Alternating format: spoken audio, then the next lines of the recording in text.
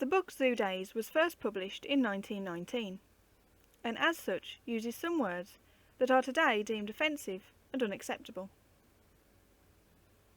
Within this chapter there is one such word that I have omitted, as although there was, when the text was written, no intention to offend, its use in modern times is primarily as an ethnic slur and racial insult. Chapter 5. In the Monkey House.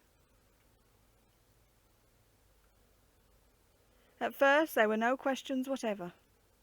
The children simply spread out like a party of skirmishers, calling each other from cage to cage with excited cries of "Look! Look!" Kitty, truth to tell, was rather frightened.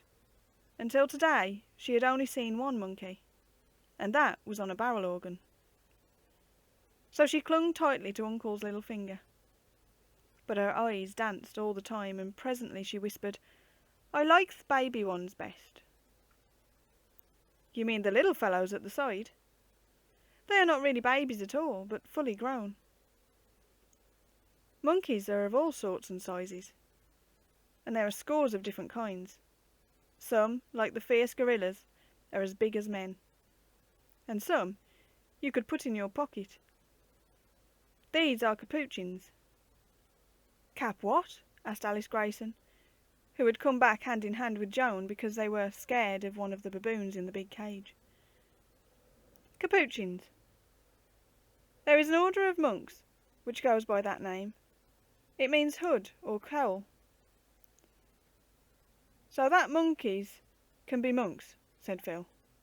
All the party had drifted back now, because they were quite sure Uncle would tell them something interesting. "Yes, these little chaps with their bright eyes and merry faces look very human, don't they? No wonder Kitty says she likes them best. Unfortunately, like most of the New World monkeys, they are rather delicate, or they would make excellent pets. They are clever, and easily learn all sorts of tricks. I have read of one who would hold a lighted match to his master's cigarette, and of another who would turn the leaves of a book from end to end and never miss one. They like music too." At this moment there was a loud screech, which was certainly not music, from the centre cage. A number of monkeys had been swinging together from a rope ladder, and one had evidently pinched or bitten his neighbour. Instantly the monkey chain was broken, and there was something like a free fight, half the monkeys rolling over, while the others apparently tried to sit on them. "Did you see how they twisted their tails round each other on the ladder?" asked Joan. "I should think they would get awfully mixed up." "Well, they soon sorted themselves out, as you saw. Now, it is remarkable that though nearly all monkeys have tails of a kind, some short and some very long, not any of the monkeys that live in the Old World, say in Africa or India, have learnt to use their tails in the same way as the monkeys of the New World. To these the tail is almost like a fifth hand. They swing from trees by it, and are able with it to seize and hold almost anything.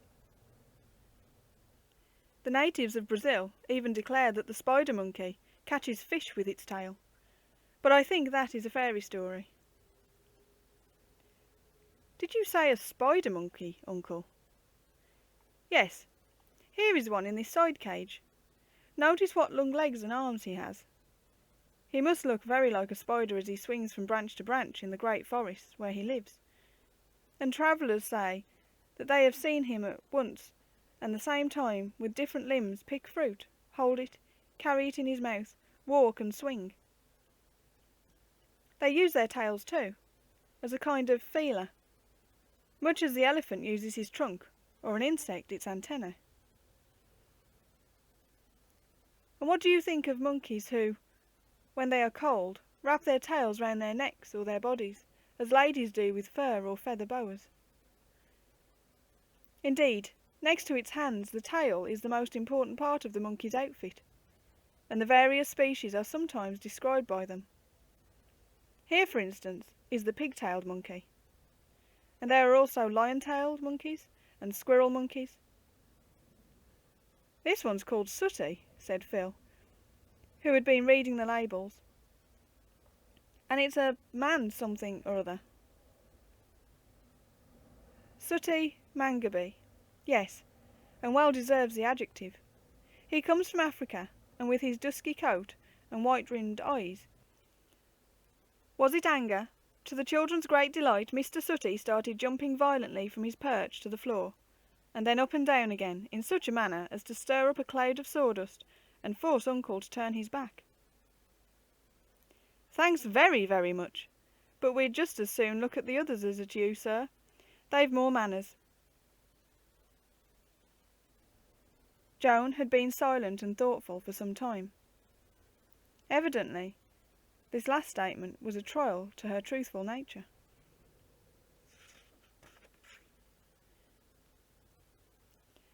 Please, Uncle, I don't think they have. I think they're perfectly horrid. Glancing at two baboons, who from a lofty perch were apparently assisting each other's toilets, he understood. Oh, I see. You think they're picking little creatures that we need not mention from each other. Yes, that would be horrid.